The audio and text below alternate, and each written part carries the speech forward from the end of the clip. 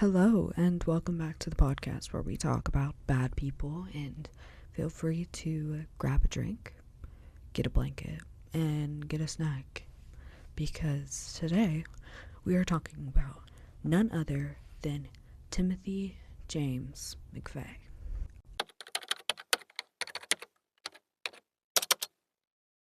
In this, I'm also going to cover more on McVeigh than his motives and his early life growing up, because for the things that he did, that was not really part of his motive, besides the fact that he was bullied and he took refuge in his fantasy world where he imagined hurting his bullies like they hurt him.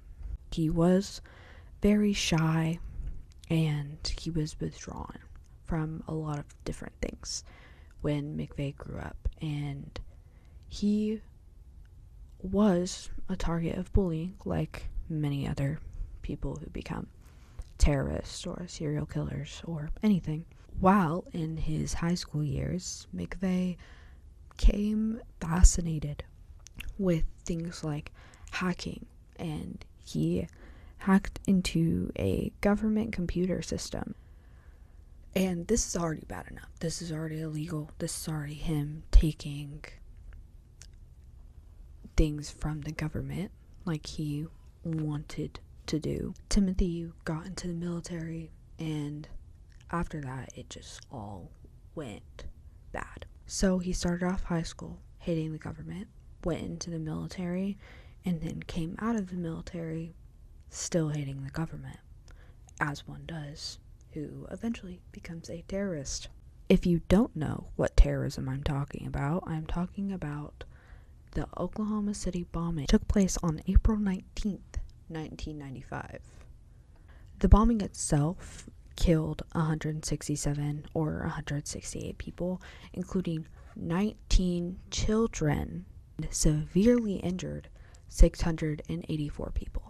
And it destroyed a very large part of the Alfred Murrah Federal Building.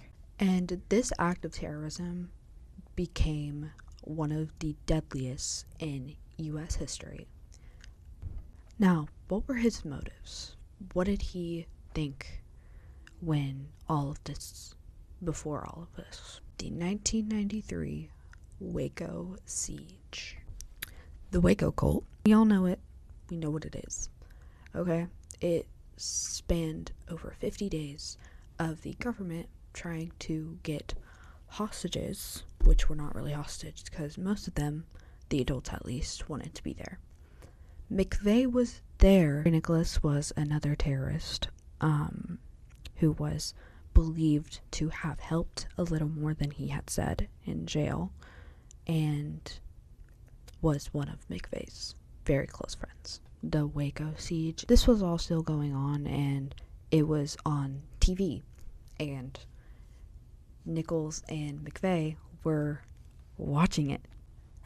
Nichols and his brother started teaching McVeigh how to make military grade bombs. This was used combining household chemicals into plastic jugs to create big explosives that could be government grade. Then, jumping to the end of Waco, the thing that enraged McVeigh most was the government's use of CS gas, which is a very strong tear gas, on the women and children, as most of the men who were in the Waco compound actually had gas masks. Then McVeigh developed a plan, and he told Forder of his plans to blow up the federal building in Oklahoma City, but Forder declined to participate. McVeigh began announcing that he has progressed from his propaganda and wrote to his friend in Michigan, Gwen Schneider, and McVeigh later said that he considered a campaign of individual assassination with eligible targets. He decided that he could make the loudest statement doing the largest act of terrorism in the US as of 1995, and carried out the bombing of the federal building in Oklahoma City. So in Oklahoma, this was a very important place, and Oklahoma City, downtown especially, was very busy around this time. Now, he had Nicholas construct an ANFO explosive device mounted in the back of a renter-rider truck, which is like a moving truck. So he rented a whole truck, put a bomb in the back of it, and just drove on past all the police. The bomb consisted of about 5,000 pounds, or 2,300 kilograms, of ammonium nitrate and nitromethane, which, as we know, created a terrible outcome. So, on April 19th, 1995, McVeigh drove the truck to the front of the Alfred P. Murphy Federal Building just as the offices opened for the day, which was about 9 o'clock. Just before he got out of that truck, before he arrived, he lit his 2-minute fuse. So at 9:02, a large explosion destroyed the north half of the building and killed 168 people, including 19 children in the daycare center on the second floor, and injured 684 people. Now, remember how he was so mad that the government was gassing a bunch of women and children? Well, apparently he didn't know that there was a daycare on the second floor, and that he might have chosen a different target if he had known about it. But Nicholas had a different standpoint and said that he and McVeigh did in fact know about the daycare center in the building, and that they did not care. And not caring about how many lives you've taken is absolutely screwed up. Quote from his biography: "To these people in Oklahoma who have lost a loved one, I am sorry, but it happens every day. You are not the first mother to lose a kid or the first grandparents to lose a grandson or a granddaughter. It happens every day somewhere in the world. I'm not going to go into that courtroom, curl into a fetal ball and cry just because the victims want me to do that." A very bad part about this is that 300 buildings in the city were damaged. More than 12,000 volunteers and rescue workers took part in the mission, and one of those rescue workers had actually passed away from something falling on her. How bad this went for every single person in Oklahoma City, and I feel so terrible for all of the people who had to go in that building to rescue their child or their wife or their mother or their husband. It's a horrible situation, and it's just terrible. So, by tracking the tag on the back of the vehicle found in the wreckage of this mess, the FBI identified the vehicle as a Ryder rental box truck rented from Kansas.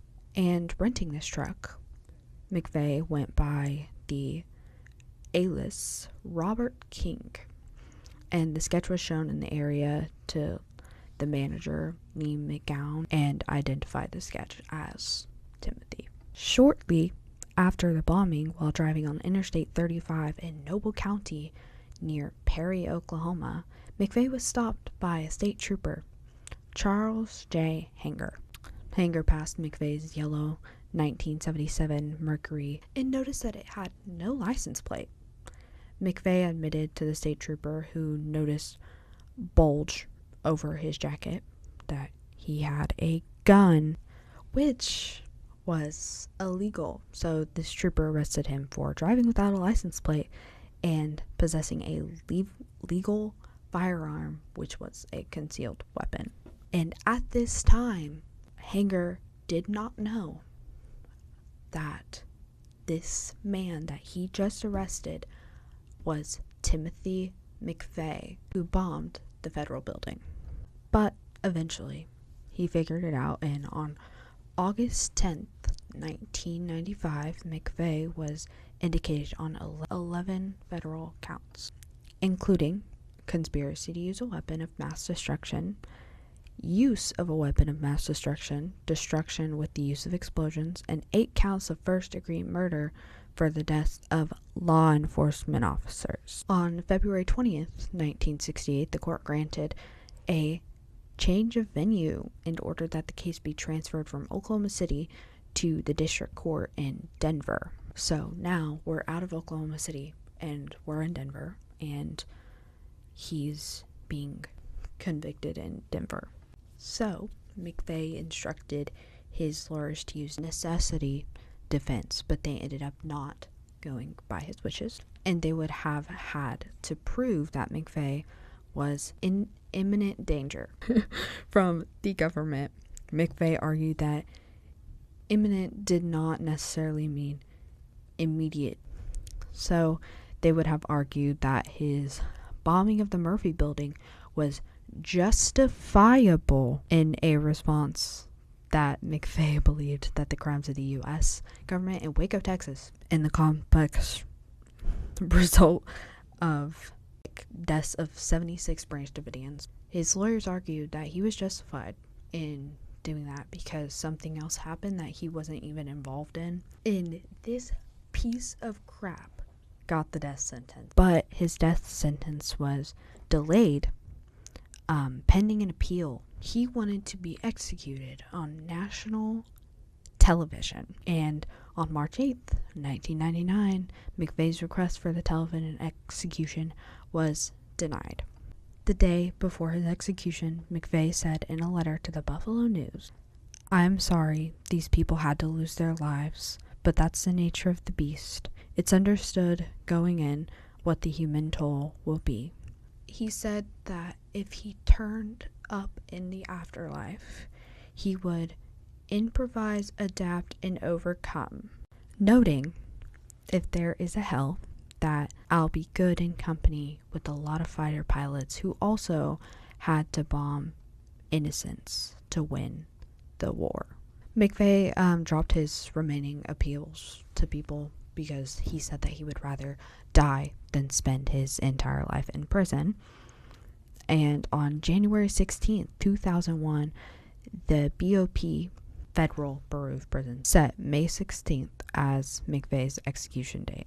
McVeigh was executed by lethal injection at 7:14 a.m. on June 11th, 2021. Well, everyone, I hope you enjoyed our little thing on the Oklahoma City bombing and our slight backstory on McVeigh and what he thought was justified. Peace out, people.